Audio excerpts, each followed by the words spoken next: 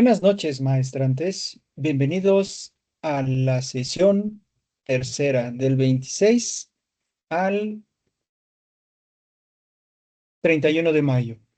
Con ustedes, su servidor Ivánito Mendoza, docente de esta materia. Y pues bueno, comenzamos. La clase de hoy trata sobre la filosofía clásica alemana y doctrinas idealistas, así como la filosofía en Europa Occidental en la segunda mitad del siglo XIX y la filosofía contemporánea en Europa Occidental y América. En estas tres unidades vamos a tratar de abordar pensamiento filosófico de Kant, Fichte, de incluso el idealismo de Hegel, Ludwig. Vamos a hablar también sobre el positivismo de Mach.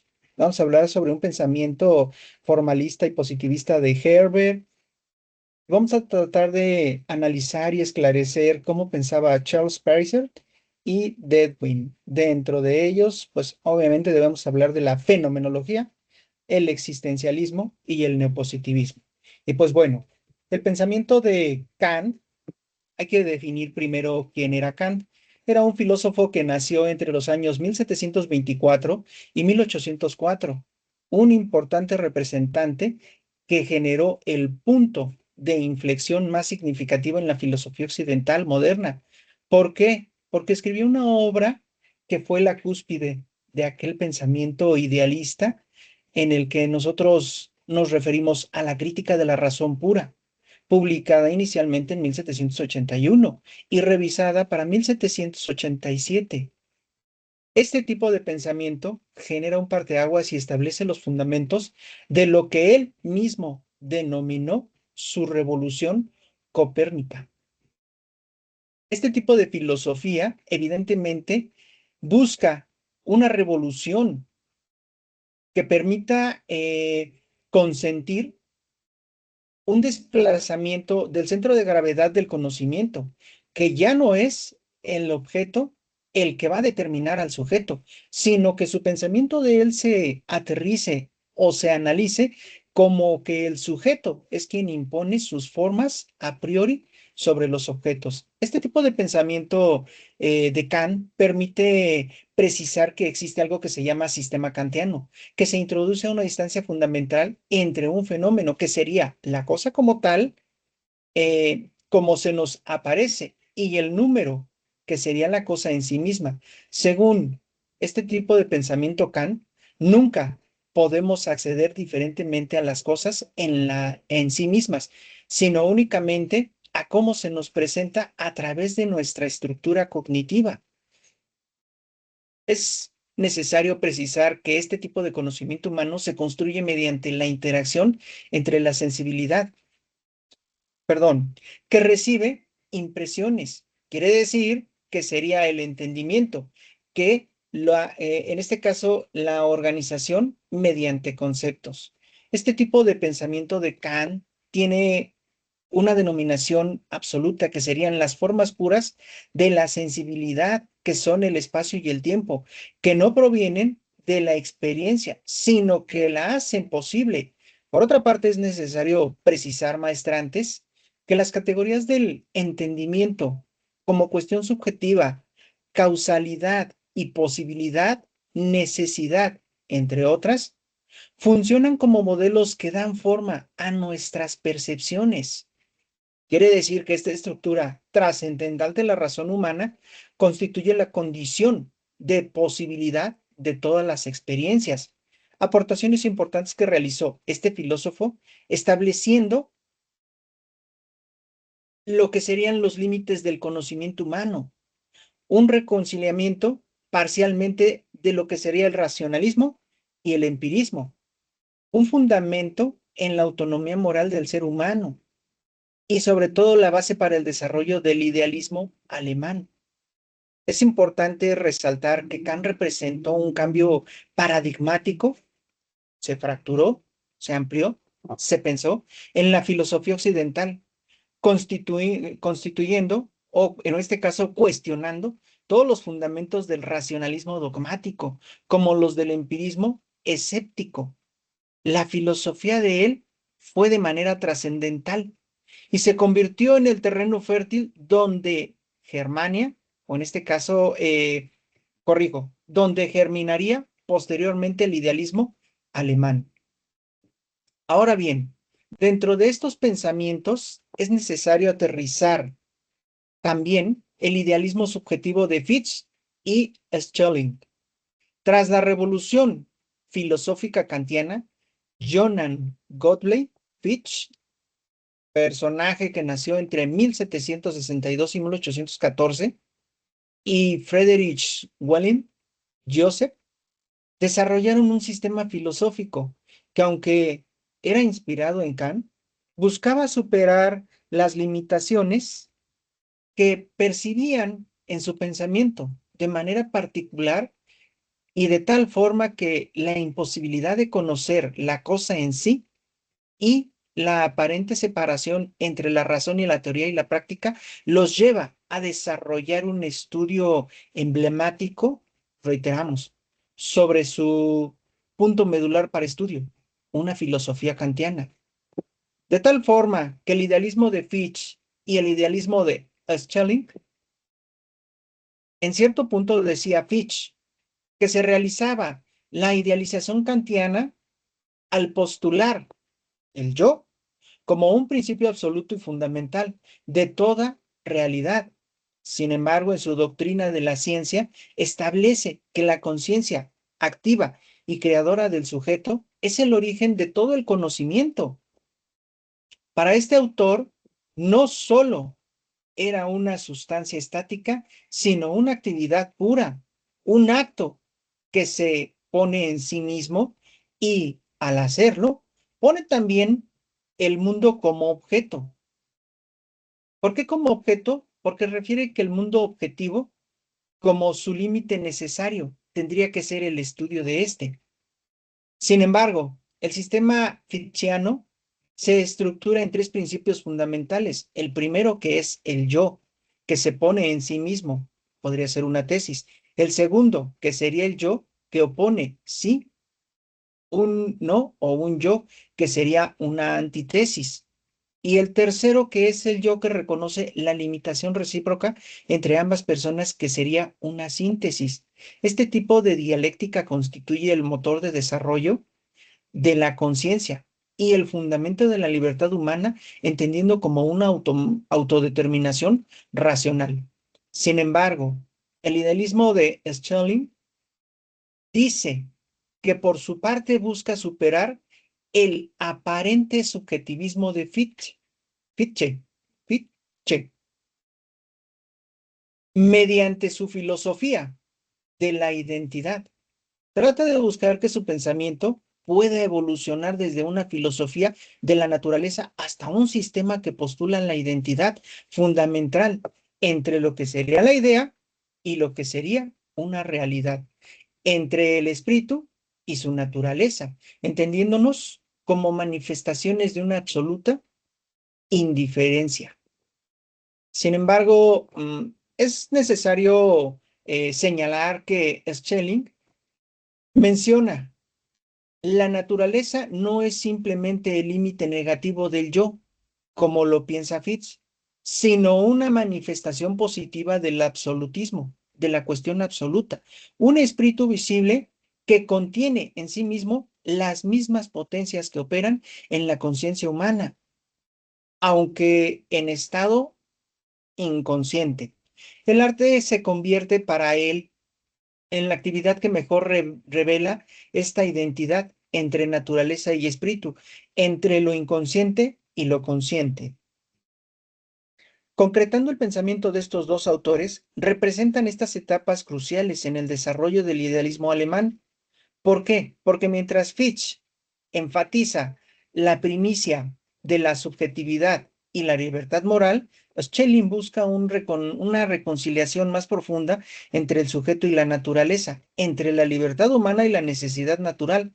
Ambos prepararon el terreno para la síntesis más ambiciosa del idealismo alemán, que sería la filosofía dialéctica de Hegel. Basado en esta circunstancia, el idealismo, pero corrijo, el idealismo dialéctico de Hegel y el materialismo de Feuerbach. Friedrich representa como tal la culminación del idealismo alemán con un sistema filosófico que pretende abarcar, en este caso, la totalidad de lo real mediante un método dialéctico. Por su parte, Ludwig Feuerbach desarrolla una crítica materialista al idealismo hegeliano, sentando, perdón, las bases para un nuevo enfoque antropológico. Y a mi mente viene ahorita, haciendo una reflexión de este tipo de pensamiento antropológico, podemos apreciar y advertir que el día de hoy se han utilizado periciales en antropometría. Bueno, un poquito diferente, porque la antropología se basa en el estudio del ser humano, de ser sedentario, perdón, de ser una persona que camina de diferentes lugares a volverse sedentario y a tener que ver o ubicar en este caso la forma del pensamiento del ser humano, la forma y la estructura y rasgos que tiene, la potencialidad de sus pensamientos. A final del día, este tipo de pericial de antropología nos permite idealizar en un término forense, eh, por así decirlo, el requerimiento o la procuración y la administración de una justicia sobre una realidad sociocultural y bicultural de personas y cuestiones colectivas. O sea, en realidad nos ayuda a analizar el estado, por así decirlo, social, o en este caso, la relación social que tiene el ser humano en esta tierra. Reitero, este tipo de pericial es un servicio que se utiliza para conocimiento antropológico, para aportar información relevante en casos judiciales, especialmente cuando la diferencia cultural juega con un papel importante. Analiza la cultura de una persona y el grupo involucrado. Analiza el desarrollo social que ha tenido en esta vida actual. Bueno, dentro de estos pensamientos, cabe destacar que ellos refieren sobre una tesis, sobre una antitesis y sobre una síntesis. Y la tesis no es otra cosa más que afirmar de manera inicial que contienen dentro de sí mismos una propia negociación. Una tesis es como un desarrollo de una hipótesis que se quiere concretar. Una antitesis sería la negatividad de esa tesis que se quiere comprobar. Pero recordemos que esta antitesis no es criticar de manera negativa y destructiva, sino es generar una crítica de manera positiva que permita generar, reitero, un paradigma para analizar todos los puntos en concretos y poder obtener una síntesis concreta que sería la superación de la conservación de los elementos válidos, que en ambos casos o en ambos momentos anteriores permitirán obtener un resultado favorable. Perdón. Este tipo de pensamiento para Hegel en realidad era un conjunto en el que se desplegaba el espíritu absoluto que se manifestaba a través de un proceso dialéctico de autodesarrollo. Y este proceso como tal permitía avanzar mediante contradicciones que se superaban, o en ese caso se superan en síntesis cada vez que va más elevada. El tipo de dialéctica heleniana no es simplemente un método de pensamiento, sino la estructura misma de la realidad. Buscan con ello que el espíritu se alinee de sí mismo hacia la naturaleza para luego reconocerse progresivamente en ella a través de la historia humana. Sin embargo, Hegel no como tal, en su historia universal, precisa que no es un conjunto caótico de acontecimientos, sino el despliegue racional de la libertad.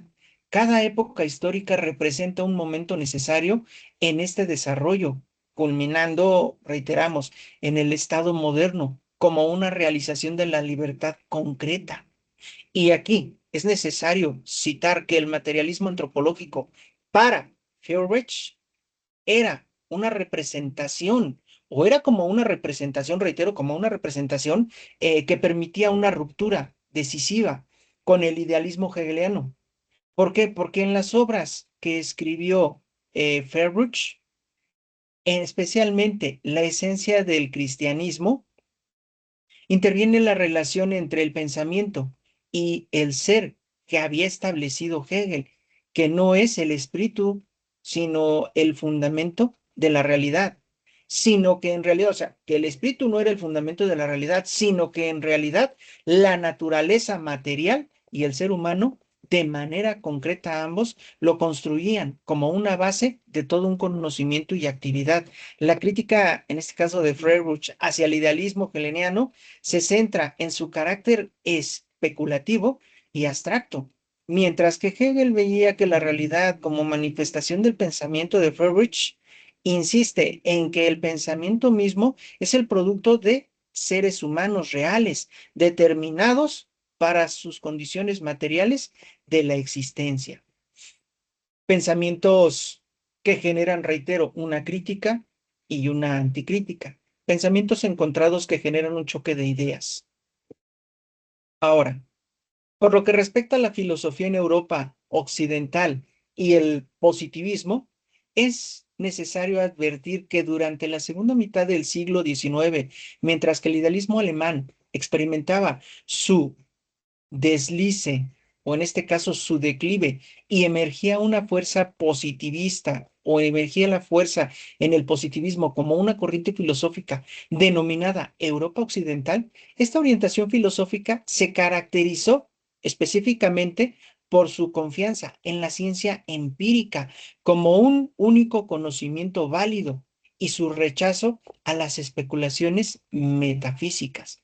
Este tipo de pensamiento o postulado positivismo surge en un contexto de rápido desarrollo científico y tecnológico, donde los avances en una física, química y biología parecían confirmar la posibilidad de un conocimiento objetivo, basado exclusivamente en la observación de los hechos y el acontecimiento de las leyes. Según Augusto Comte, considerado el fundador del positivismo, propuso una ley de los tres estados, según la cual permitía que el conocimiento humano habría pasado por etapas tecnológicas y metafísicas antes de alcanzar el estado positivo y científico. Y estos tres tipos de postulados los precisa a través de Herbert Spencer, del positivismo empiriocratística y en este caso de características generales del positivismo.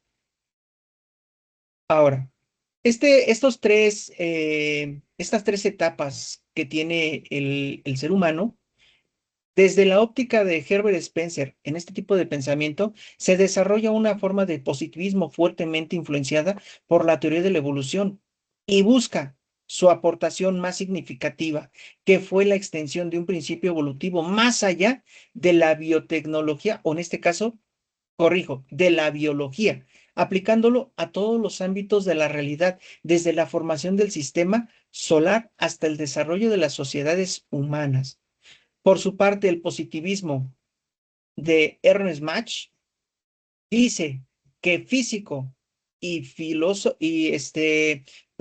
dice que es un desarrollo a través de una variante del positivismo conocida como empiriocriticismo o positivismo crítico.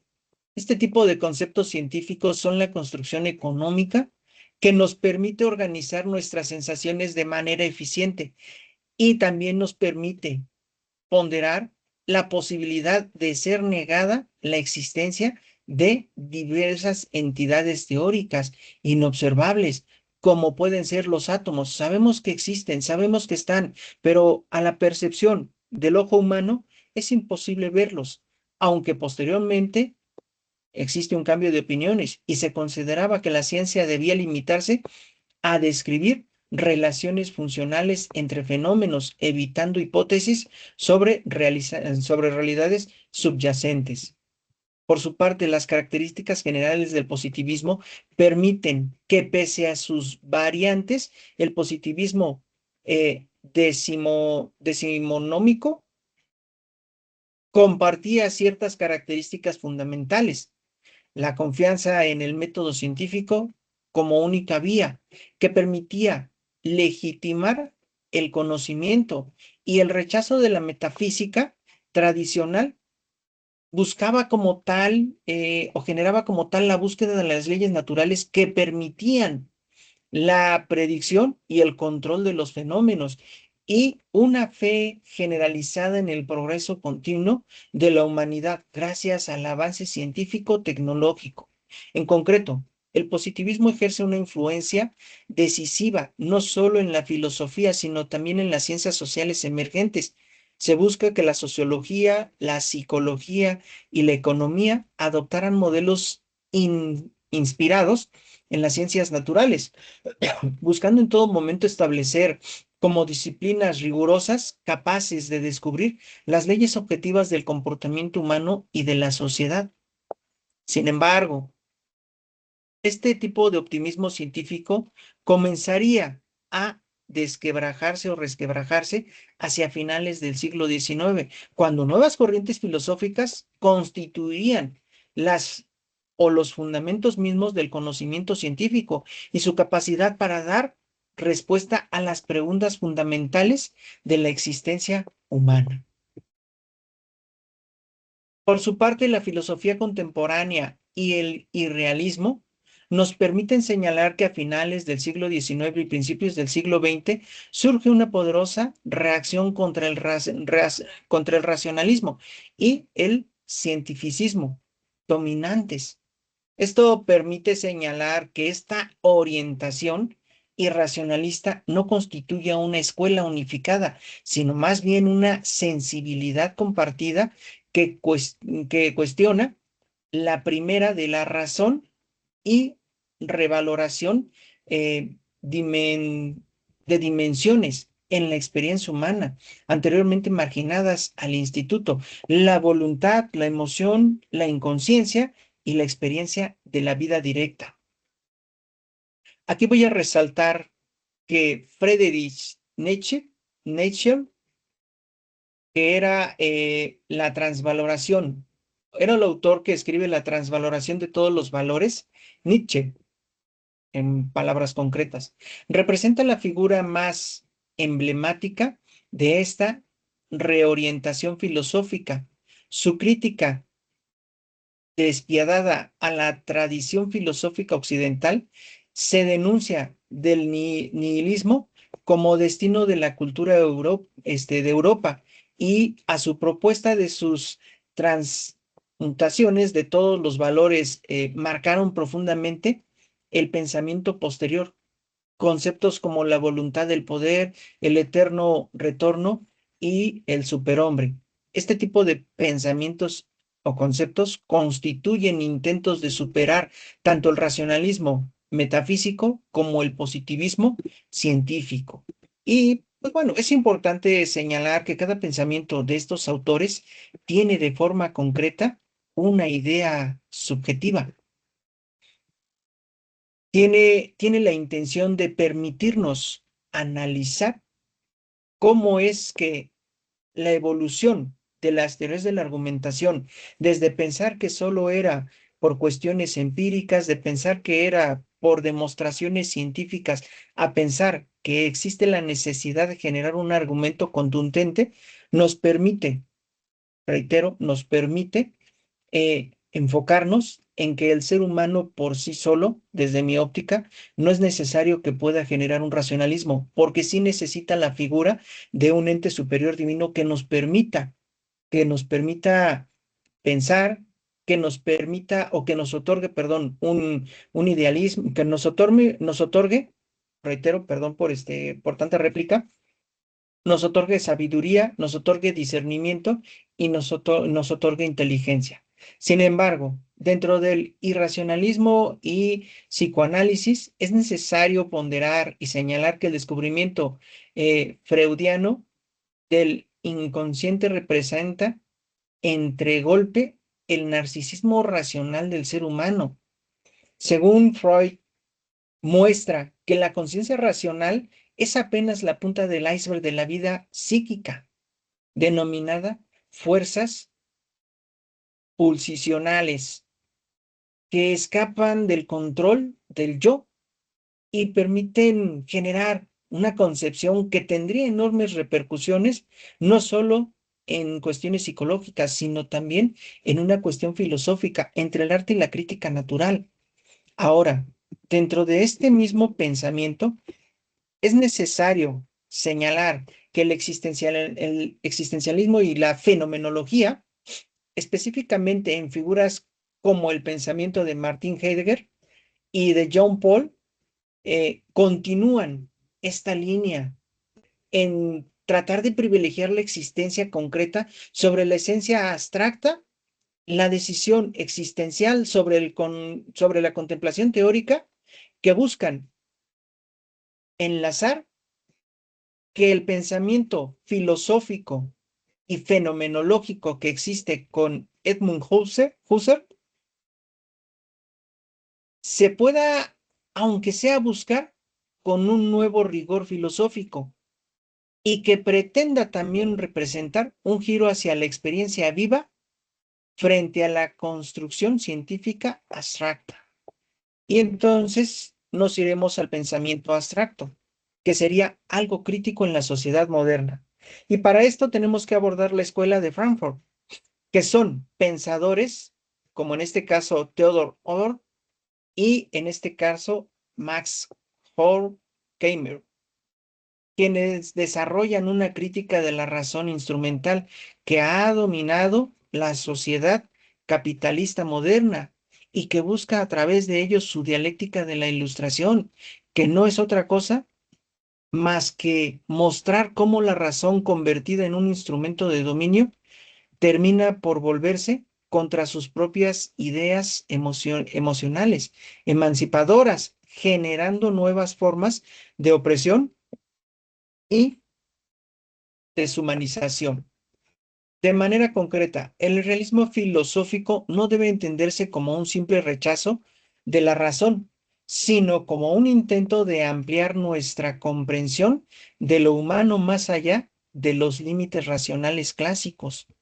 Esto quiere decir que ciertas corrientes han enriquecido nuestra visión del ser humano y al reconocer la importancia de dimensiones como el desahogo, de la angustia, o en este caso la corporalidad, la finitud y la libertad existencial, pretenden también ser planteadas como profundos desafíos a nuestras capacidades para fundamentar valores universales y construir proyectos colectivos en un mundo que parece haber perdido su certeza de la metafísica y las cuestiones morales. Ahora, dentro de los fundamentos y aportes de las corrientes filosóficas contemporáneas, es necesario destacar la orientación irracionalista, la teoría crítica de la sociedad y el pragmatismo de Charles Peirce y en este caso el instrumentalismo de John Dewey. Este tipo de fundamentos y aportes de corrientes filosóficas contemporáneas van orientadas precisamente a la irracionalidad. ¿Por qué van orientadas a la irracionalidad? Porque este tipo, reitero, de fundamentos emergen como una reacción contra el exclusivo racionalismo de la ilustración, privilegiando dimensiones humanas frecuentemente marginadas por el pensamiento puramente lógico. Este tipo de corriente otorga la primicia a la voluntad, las emociones a la experiencia individual sobre la razón abstracta, estableciendo una clara oposición entre el sentimiento subjetivo y la comprensión racional del mundo objetivo. Pensadores como Nietzsche, Kierkegaard sentaron las bases de esta orientación que posteriormente influiría decisivamente en el existencialismo y diversas manifestaciones del pensamiento posmoderno.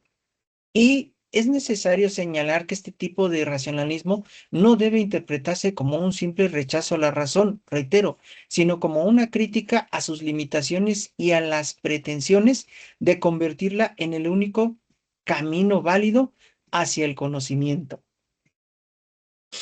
Dentro de la teoría de la sociedad, este tipo de pensamiento, este tipo de teoría, permite desarrollar principalmente la idea o la ideología por parte de la escuela Frankfurt, quien era representada por figuras como Max Horkheimer, Theodor Adorno y Herbert, que constituyen un ambicioso proyecto intelectual que combina elementos del marxismo, el psicoanálisis y la filosofía alemana.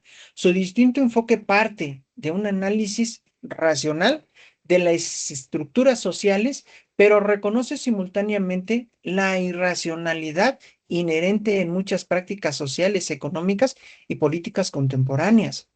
Y es necesario destacar un concepto fundamental en esta corriente, que es el de la razón instrumental, que postula que la racionalidad técnica moderna, originalmente concebida como una herramienta de emancipación humana, puede transformarse paradójicamente, perdón, en un mecanismo de dominación.